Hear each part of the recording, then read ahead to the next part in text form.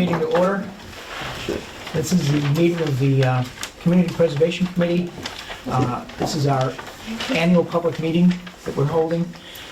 We're required by the Community Preservation Act to hold an annual public meeting, which is a chance for the general public to come in and express comments about projects that are proposed, and if they have questions about projects that are ongoing, we can answer those also. But this is being televised by Area 58 Cable TV. This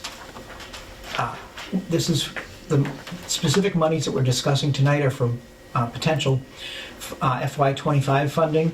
We're going to discuss the request for funding. Committee members are going to have a chance to ask questions, and then the public will be allowed to ask any questions. I do anticipate that we're going to be taking a vote on each of the items. We have essentially 3 items that we have to be voting on tonight, and we'll go on from there. So the first item to be considered, and this was, I should mention, this was published in the legal notices of the Quincy Patriot Ledger, is now the newspaper of choice for the town to be advertising in, and it was also posted on the town website, as well as the agenda was posted on the town website. So the first item to be considered is a request from the town clerk for $7,000 for historic records preservation, to include births, marriages, marriage intentions, deaths, and certain other historical records. When she initially came to us, she did not ask for the certain other historical records, but turns out there's a few that are that she ran across, and if she has adequate money, she wants to be able to go in and get those done. Basically, it's taking today's the records as they exist today, which is paper copy in file cabinets, and putting them into a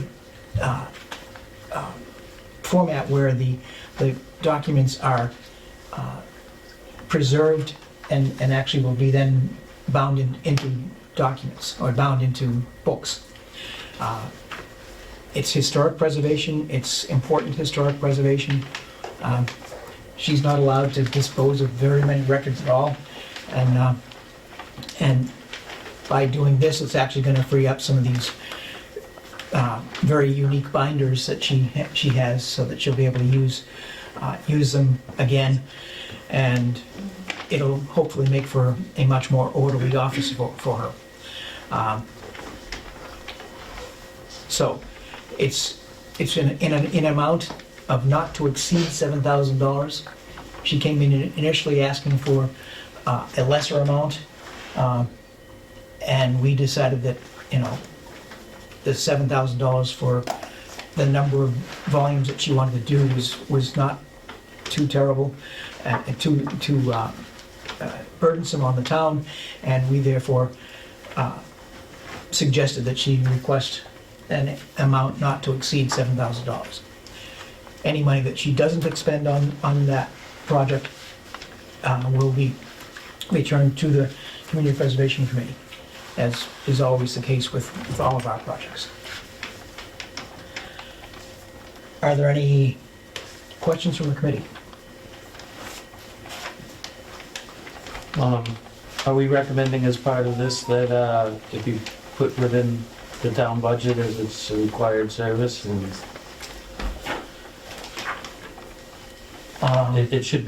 this should be done by the town? I know we're way behind, and we have money in the historic to help out, and I know our town has experienced another shortfall. It seems to be an annual thing, but I think the recommendation that these records be included as part of the annual budget is it's an annual expense, and it's not something that we should be paying for on an annual basis or a regular basis. I agree, and if we look back at the history of what town clerks have been requesting of us, we go back to Gene McGillicuddy asking for funds. We had prior town clerk. I'm blanking on her name right now. Lynn Doyle? Lynn Doyle. She requested some funds. She did not expend all of them. And Kara has now come in and is asking for this. So it's not it hasn't become an annual thing. It's a sporadic thing. I don't disagree that it ought to be in the. Right, because I think she said she's, what, 10 years or 8 years behind on all of this, and the cost that we're picking up is only gonna cover, what, half of the records? It's definitely not gonna cover all of the records. Right, so, I mean, it's something that should be noted, but other than that, I am in favor because they are historical records. I don't see that we're gonna get the money from the town to take care of them, and they shouldn't be building up like this. They should be properly bound and protected for the future generations. So I would suggest that the CPC pay for the back ones to get caught up to date, and then annually have her do that and put that amount in the budget. Then she'll be back to us next year. Next year, looking for the other half, Right, and then- technically, but, right. But, I mean, it's something that should be noted. that But it is a- going it is a forward, once town she's expense. dated, Right, from 2025 on, then she could do it annually, and she probably could build that into her own budget, rather than coming back to CPC every year. right. I agree, and if we note that Lynn actually had extra money in her budget that she did not expend, and Yeah. ended up subsuming that back into the community preservation funds. So at one point, it was designated for that anyway. Right. So, I think we ought to be putting it in as a not to exceed 7,000. Yeah, I don't think she anticipates using all 7,000 either. No. I think that when she presented it to us, she was very, like, she wasn't sure she was gonna use it all, but She wasn't, and It's not that, that huge a sum. is it? it's not a huge sum, Not it's to not keep up with gonna the bankrupt the town, historical but, stuff. and it's definitely not gonna bankrupt our historic preservation funding. not at all. We have adequate funds set aside in the CPA Historic Preservation account, so we're okay on that. Okay, so I'm not gonna take a vote on this yet. I'm gonna go through the three various funding requirements, and then we'll go back and take a vote on it. Do you have another copy of an agenda? No, I don't have an agenda. Anybody have a spare copy? I'm sorry? These are one of the Oh, things, that's all right. one of the things I Real did quick, print an All extra. right, if you're not, Gotta going have to search. scoot yours over to this way and I'll read it. Yeah. Okay, So our next request is a request from Tom Bont, the town planner, for what was initially $51,150 for the purpose of performing cleanup activities at the town-owned property at 11 Green Street. Tom is here tonight to present, and I understand there is a request for changing that. Yeah, and if I may, I'm Tom Bottom, the town planner here in Carver, Mass, chairman of the committee. I've got our LSP waiting, if I can bring him in on a Zoom. Okay. And hopefully the technology works. you never know. You never know. All right. No, this is just the first part. If it says connected, so it's got to be encouraging, right?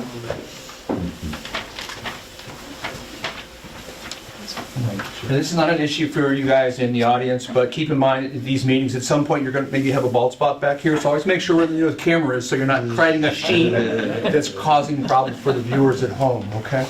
All right, Jonathan, you with us? Can you hear us okay? Hello, All right. good evening. All right, give me just a second to get up our rest of our screen here.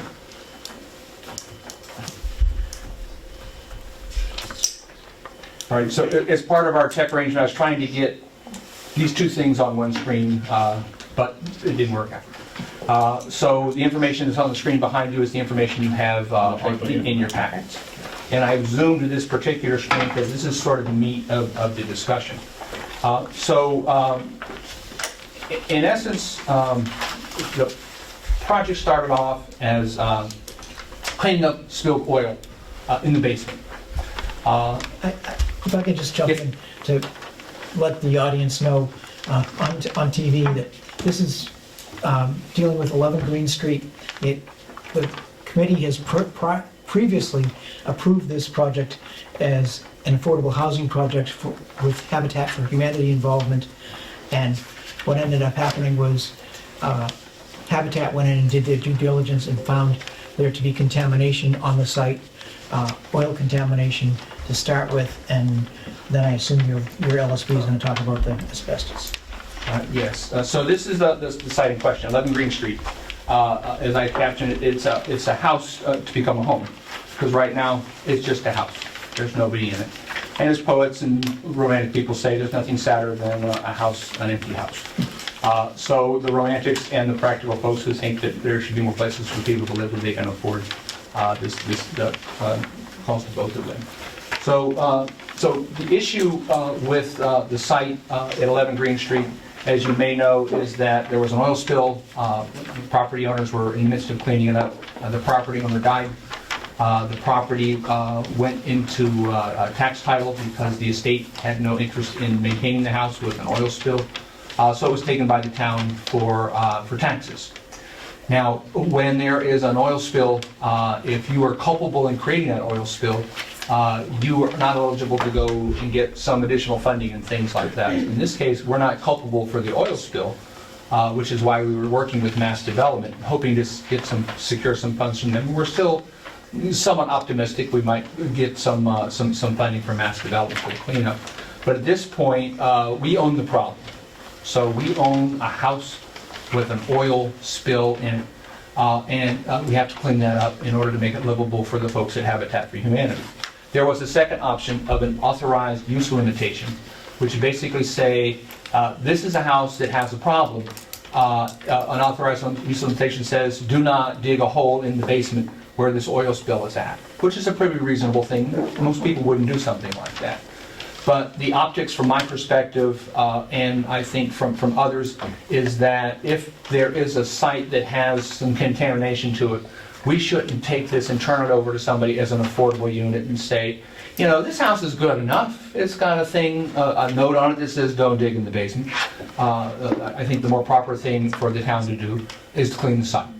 And so now we own it at this point. So originally we started off looking at cleaning the site, and that was about a $50,000 take. And in the investigations we went on, it was discovered there's asbestos in the basement. So at this point, we are in a situation where we can't clean up the oil because of the asbestos. So we have to clean up the asbestos first in order to get rid of all the sort of goodies down in the basement. So here's our pictures of what we got down in the basement there. And you have pictures of this in your packet, the last 2 sheets there. So all this stuff has to come out, but before it can come out, it has to be cleaned of asbestos residue. And everything that's porous has to be disposed of asbestos-wise as well. So before we can fix the problem, we have to fix the problem that's in front of the problem.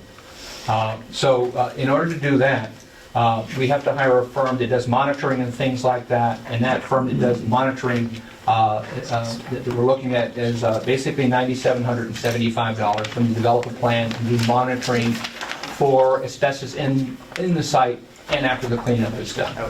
So with that in place, then we can bring the asbestos abatement folks in, and that cost is $40,100.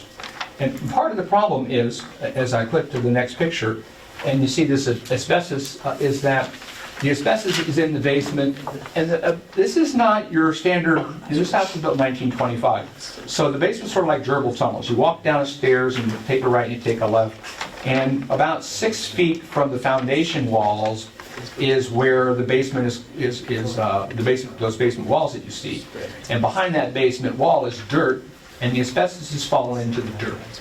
So it's sort of like archaeology. When archaeologists, you see them out there at Indiana Jones with the hat and the bullwhip and a little tiny brush and a little tiny thing, sweeping things apart so they don't lose anything.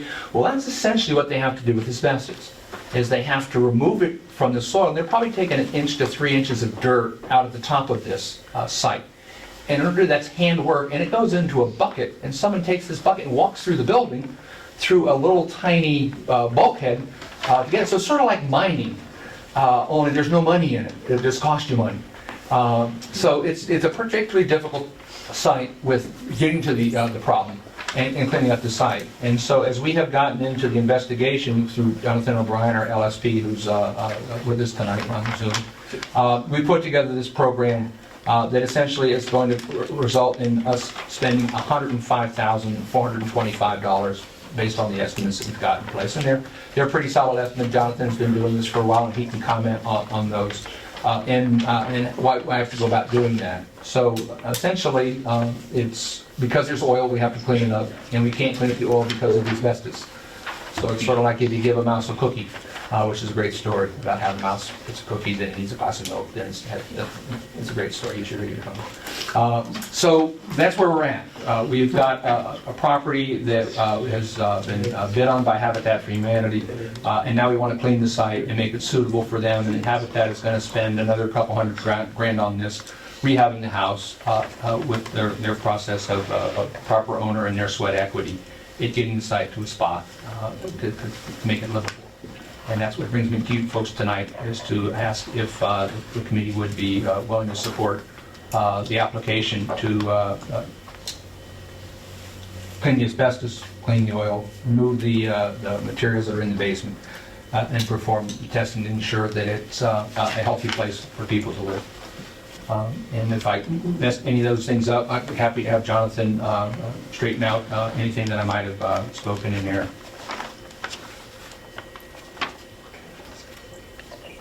So I have a question, if it's all right, Mr. Chairman. Previously, we had discussed the oil spill in the basement, and we were told that it was minimal and it had been taken care of, so what's changed since? No, it's minimal, but it hasn't been taken care of. It's, what is it, Jonathan, essentially 3 or 7 gallons, something like that, they think was what the spill is? But the spill is under a concrete floor.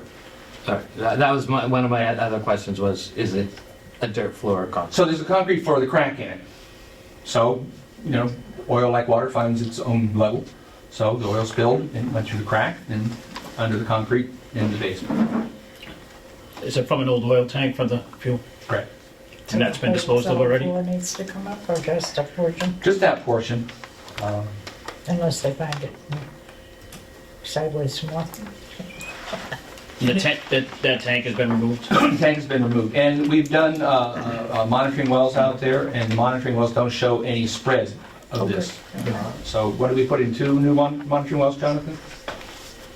Yeah, that's right. So the release has not affected the groundwater. It's just contained to the soil underneath the floor. And is there a possibility through monitoring of the soil as you take it out, that the amount required or requested will be decreased in terms of the oil contamination? Did you hear that, Jonathan? Can you repeat it, Tom? Is there a possibility that through monitoring of this contaminated soil as you're taking it out, could there be a decrease in the amount requested for decontamination? So could the Yes. price be less if there's less dirt as we get into the project? Or more? Yeah, absolutely. Yeah, so the way we have it set up is, as it should be, the cost of the soil remediation will ultimately depend on the actual amount of soil that's removed, and that all gets weighed, at the receiving facility. So you will only pay for the amount of soil that's actually disposed. So if it ends up being, and we purposefully, approached our proposal to Tom as a conservative effort. So we don't think it's going to be more than that. It should be less. But obviously you don't know for sure until you actually open up the floor and start the removal. But it was not a lot of volume of oil that was released, so we feel confident that our estimate is a worst case scenario. So it would only be less money if we take off less soil. So. And I make an analogy on things like this on a pretty regular basis. If you hire someone to come and cut down a tree in your yard, it's going to cost $500 to cut down a tree because they have to come to your house. If you want to cut down 2 trees, it doesn't cost you $1,000. because $500 was the cost to get all the amendment material to the site. And so there's an incremental cost at taking down more trees, and I think in this case, and correct me if I'm wrong, is that the cost could be incremental, incrementally less, but it's not like it's cut in half if there's only half as much dirt as they expected, because the big part of the cost is getting people to the site and doing that work to get to the material. Is the floor still in place? So how did you determine how much oil's leaked out? Jonathan, how do we determine how much oil's leaked out? Well, we drilled soil borings through the floor and collected soil samples for lab analysis.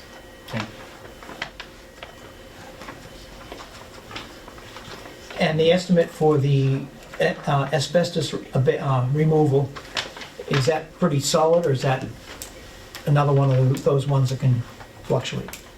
I'm going to speak for Jonathan, and he's going to correct me. I think it's easier to figure out the asbestos because you can sort of see it. How much soil we have to take out, and the discussions we had on site with DEP, we're looking at 1 to 3 inches. So with our contractor there, they're looking once again at that worst case scenario of if we have to take 3 inches of soil out to remove all the particular So your asbestos. number here is 3 inches. Yeah. It says here that the town has already hired the LSP. Is that part of the estimated costs in here? It is not. So the costs that have happened to date on this, we have funded through the planning department's other purchase services. So estimates for our grant to mass development and our work with Jonathan and Conesco as our LSP, our licensed site professional, have not been funded through CPC. It's been funded through town's budget.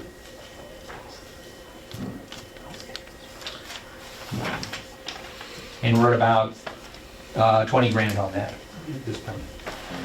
This isn't the most cost-effective way to go forward with affordable housing, but I'm a big proponent of affordable housing, and especially for veterans. So it's because the town is putting roughly close to over $400,000 roughly into this.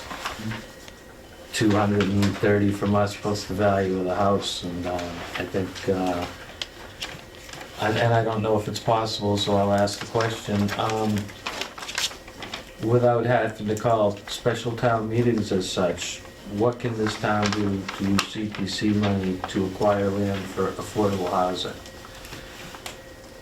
I kind of like to focus on tonight's mission. Right, well, I because of the extensive costs in this, and the town has to come up with, what, roughly 328 affordable housing to meet the state 10% guideline goals. I mean, at this rate, it seems prohibitively expensive. So what alternatives?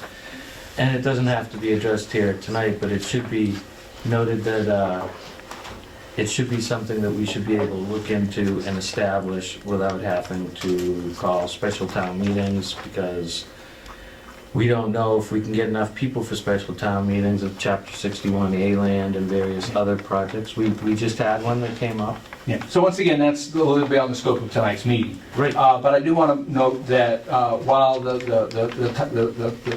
comment, housing for veterans, came up tonight, that was the town's aspirational goal, but this is not going to be a housing exclusively for veterans. We put an RFP out for it, Habitat for Humanity, or the people who were the respondents to the RFP. They won this house, and we're trying to make it a winner for them, and they do not have a requirement that says we're exclusively doing this for veterans.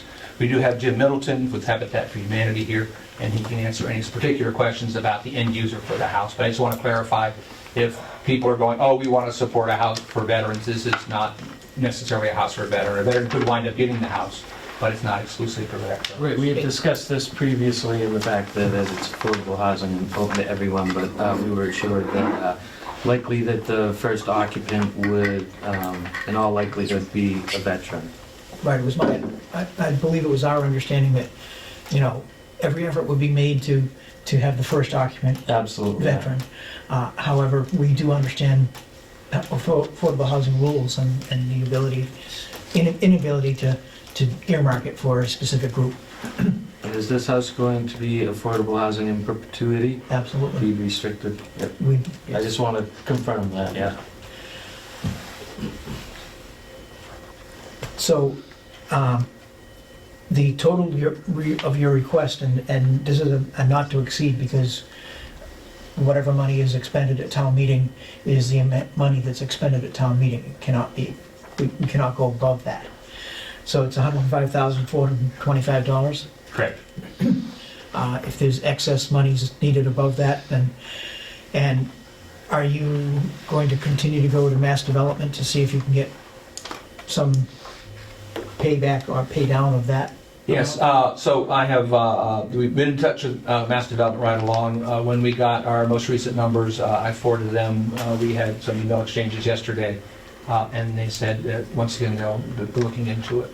But as I've told the story here and other places, Mass Development does brownfield cleanup, but their typical brownfield cleanup is an industrial site. So Mass Development comes in and cleans up an industrial site, so someone can open a business there, and it creates jobs and it creates economic multipliers. They don't typically do cleanup for residential property. They certainly don't typically do cleanup for one single-family house. There are two things that are sort of working in our favor as we sort of try to cajole Mass Development into, stretching their parameters a bit.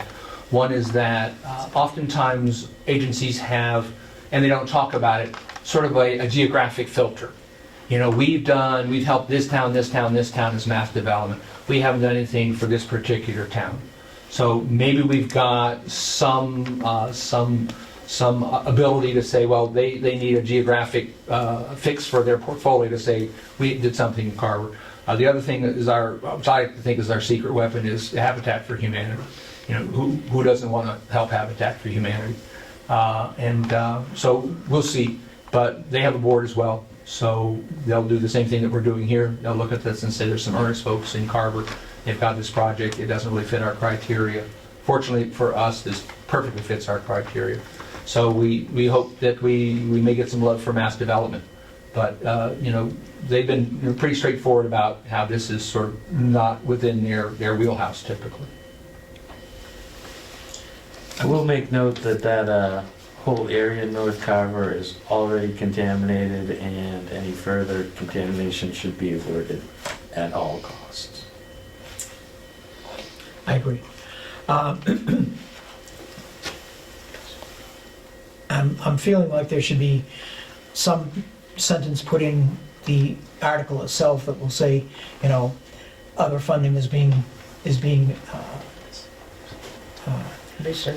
researched, and should there be any funding provided by another agency, the amount of money that the town is approving will be reduced by that amount. That's a great idea, because many hands make light work, and more partners make more money for us to do the projects that we really want to get more efficiency out of in spending our affordable housing dollars. I mean, part of the reasoning on that is that I anticipate that there's going to be a fair number of questions on town meeting floor about why there's so much money being expended here. So, and hopefully, with a June town meeting, as we likely all know, we're going to do town meeting in June, not in April. Hopefully, between now and then, we'll have some word back from Mass Development, because I'll be poking them on a weekly basis. and that would be a big help. And yeah, I didn't mention that town meeting was changed from April 4th to June 4th, and it's that's a help in terms of this sort of thing. Yeah, I would expect that any community preservation committee would make that statement, that you need to seek other funds, and if other funds are available, that would reduce the expenditures by the town and community preservation committee. Right. Patty? How he had asked about, or said about that a lot of the land down there is contaminated. Has this site been tested for PFAS? Do we even know if the water there is safe? Because if it's not, that's going to cost a ton of money to get a filtration system for it. Because Well, that's on Green Street, so it's actually, It's on town it's water. out in town water. Yeah. On what town water? Do we even have town water in that Well, it's area? it's on the North Carver Water Well, we'll District. call it municipal water system. It's on a town water. Middleborough's riddled with PFAS, so if they're on the Middleborough town water, that's PFAS, so what, what do the people do for that? Because as of right now, I'm pretty sure Middleborough water is not safe either. So that would be something else that, is this potentially gonna come back to us again and say, oh, we need, $40,000 for a water filtration system in that house, because most of those houses down there have bad water now. So it's not a well, it's municipal water. So any filtration for municipal water would come from a municipal water plant, not for a house. Well, all of Middleborough, they have all that PFAS going on in their water right now. So once again, I'm a little off the topic here, but I think the issue in Middleborough is one of their wells had an issue and they took it offline until they could straighten it out because the percentage per million exceeded that level. But in this case, we're not trying to clean up PFAS on a site that no is there. We're looking at cleaning up oil and asbestos on the site. So my thing was, is it potentially, because we didn't know about the asbestos, that's something that popped up and needs more money from this, committee.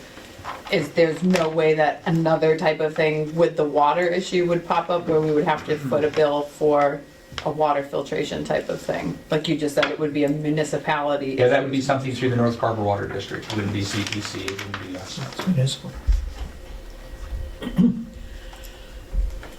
Any other questions? Questions from the audience? Can I Sure. just, I'm Jim Middleton from Habitat for Humanity. And first, I'd like to thank everybody for your consideration, and also thank you for positive comments about affordable housing and about Habitat. We've been excited about this project from the beginning because it is in the historic district, and it's a 1800s house in a long-established neighborhood. It's a rehab project too, which puts a home back on the into living condition. So, we've always felt there's so much going for it. The question about the the veterans, that's a good question. When we started into this 3 years ago, we had more ability to focus on getting veterans into the houses. What we always do as part of our outreach is to try to encourage as many veteran families as possible to apply. And that frequently happens. We're just doing a house in Plymouth where the family is a Navy veteran family. And but what's happened in the intervening couple of years is that the state has gotten tighter on their qualifications, their requirements for how we select.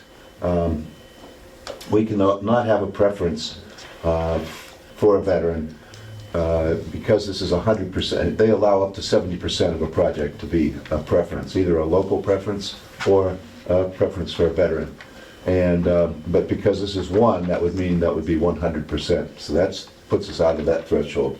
The other one is that they've, for the past 40 years, they've been pushing to get everyone to do a lottery. You first screen the applicants for income qualification, and then we have our own internal credit reports, and we like to see job history and all that, because interestingly, Habitat, part of our model is that we provide the initial mortgage at a 0% interest rate for 30 years. So we have a vested interest in picking a family that's going to be successful in their house. So anyway, I don't want to take more of your time. I appreciate what everybody is doing here, and we really look forward to continuing our relationship with the town of Carver. We've been here for the 26 years that Habitat has been in existence here.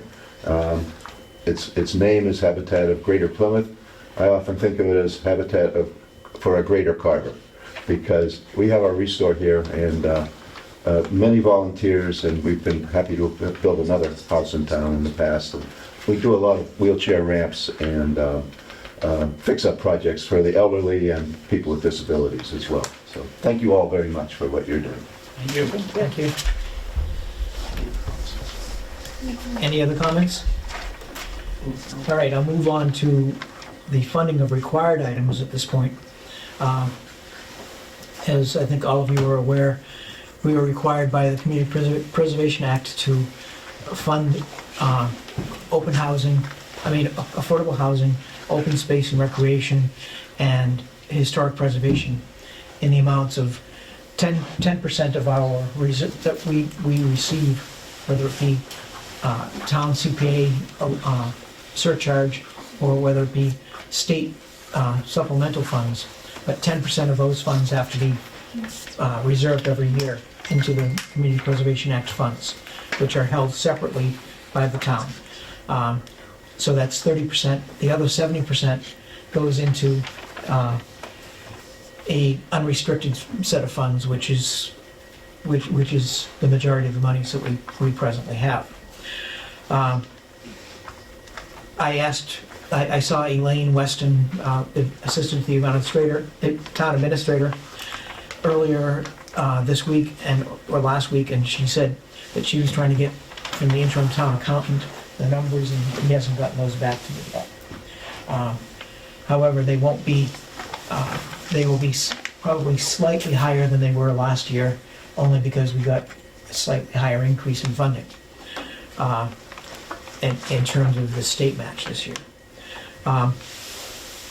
We also have a year 5 of the 10-year bond for the Carver Middle High School field, which will be in the amount of somewhere around $340,000, and that will be a separate line item in the warrant. And then we have administrative reserves, which we're allowed to take 5% of the amounts of money in the community preservation funds that we get. We're allowed to take 5% and use that as administrative reserves. As I say on every town meeting floor every year, we never ever spend 5%. We maybe spend 1%. So but the key is that any money that is not expended goes immediately back into the Community Preservation Act unrestricted funds. So it all becomes a wash, and it's not. So our biggest expense on the administrative side is our dues to the Community Preservation Coalition, where we get it's almost, I don't want to say free legal advice because it's not actually legal, but it's pretty close to being free legal advice, because the executive director is really looking at from the perspective of, is this lawful under the Community Preservation Act? So it's way better and way more relevant than going to town council and asking for his or her opinion. So that's the extent of the items that we're being asked to fund this year. I didn't mention that that the Community Preservation Committee and the Community Preservation Act allows the committee to make recommendations, but we recommend to the administrative body, who happens to be the Carver Town Meeting. If we vote to approve it and Carver Town Meeting votes to not approve it, then whatever it is dies. So it's Carver Town Meeting that is the ultimate decision maker in terms of who is getting funded and who isn't getting funded.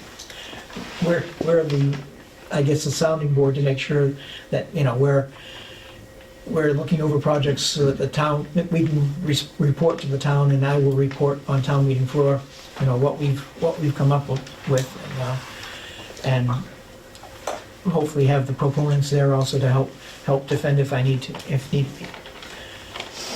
So I'd like to break these into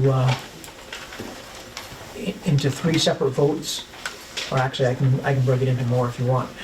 But one's for the request from the town clerk, one's for the request from the town planning director, and one would be for the reserves spelled out in the Community Preservation Act, the required funding for the Carver Middle High School field, and the funding of administrative services.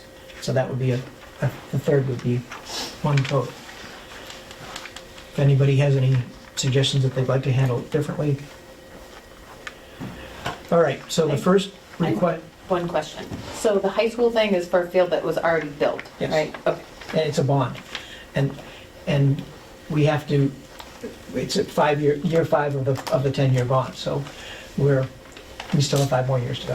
We're doing this for the next 5 years. It doesn't go away.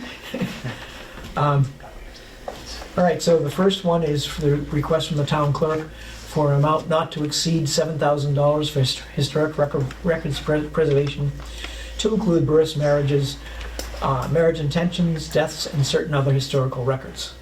I will make the motion to approve. Second. Motion made and seconded. All in favor? Aye. All opposed? Ayes have it unanimously. And let's see.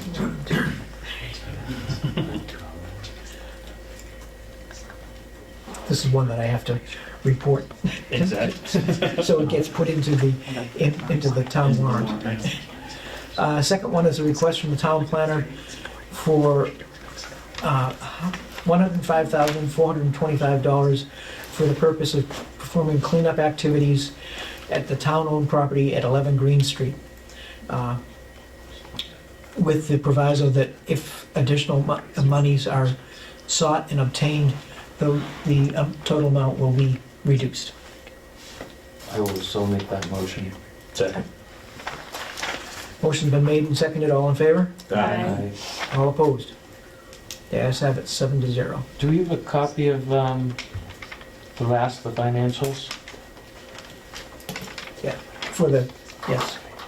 A breakdown, like, no, for the next question. Call for the, I don't, because as I said, I asked Elaine to get them for me, And he doesn't have them, right? and he doesn't have them done yet. Well, the closer we are to town meeting, the more up to date they'll be anyway. Turned out that, one would hope. I was told by Elaine that he came from a non-CPC town. And so He's Bridgeport. I thought he doesn't know Bridgeport was the anything CPC. about CPC required funds. So that, I gave that to Elaine, said it's 10%, 10%, 10%, 5%, and then I assumed he'd have the middle high school track numbers all set, but he didn't. But Can we vote on it if we don't know the breakdown numbers?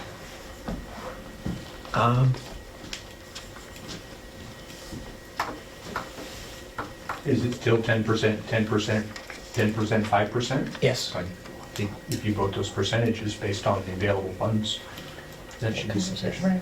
And then I would recommend breaking it into the three The different, percentages. and do it that way. okay. All right, so, so the funding of the required items, required funding of the various reserves at 10% for affordable housing, 10% for open space and recreation, and 10% for historic preservation, and 5% for administrative reserves. I would make a motion to approve that. Second. Motion made and seconded to approve. All in favor? Aye. All opposed? Unanimous. And I don't have, I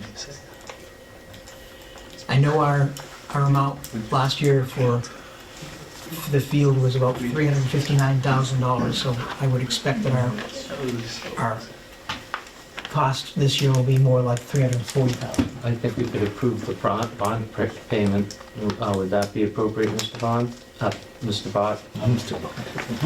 To approve the bond payment? I don't know, I could do 10%, 10%, 10%, Right. 5%, but that's the list of my skills. I would say that, I mean, there's no question, we're required by law. We are, have to yes, pay it, so so- I would want to approve it, but it's hard without knowing the exact number, so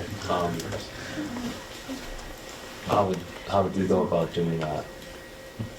Does it have to be approved today? Or can you approve it? Proof the bond number is provided by the town treasurer at such time as it's available. I would make that motion, Mr. Williams. Sure. It's the treasurer or the accountant who is responsible. So, Okay.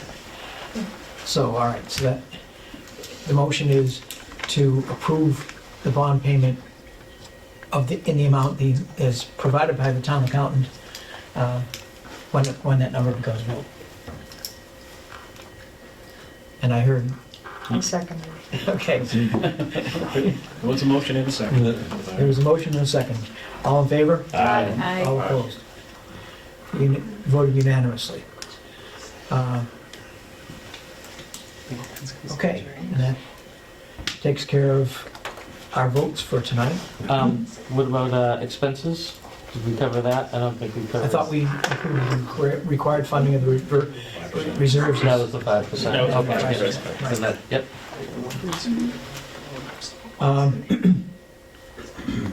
Okay, so any other Bless you. Bless you. business to bring before this public meeting?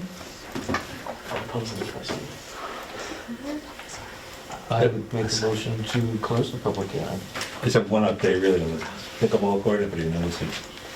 Just got this information from Gary. They've worked out the turtle plant, and it's gonna be about $500 a week for them to go out there And look for turtles. and look for I'm there every turtles. day. I can look for turtles. Weekly inspection cost about $500. I I know. know. They were originally calling for someone to be there 24 So they hours. brought it today, so they don't have to be the 500, so we're gonna be a weekly inspection, $500. What about turtles? But they're still working on the bids, I guess. I guess we got them mostly together. I guess it was. 500 a week. Yeah. Turtles have very good Apparently, And so it says here, weekly cost about $500 each visit. Pretty rich. But if they're not working a week, like it rains and they're not working, they don't go out The there. turtles are still out. What's The that? turtles don't care if it's. Yeah. All right, so that's $500 a week. Yeah. Pretty good. good work if we can get it. Pretty good Oh, yeah. for one day. All right, any other business? Are you gonna put it in the next meeting? Yeah, do you want to Well, do we it? gotta close the public hearing. Yeah, well, let's close the public hearing.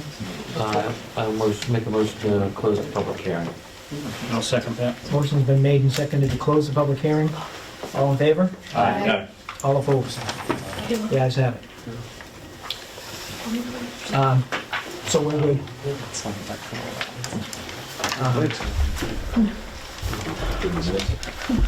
And we have minutes to approve.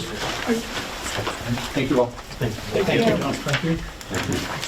I'll make a motion to approve the meeting minutes of January 25th, 2024.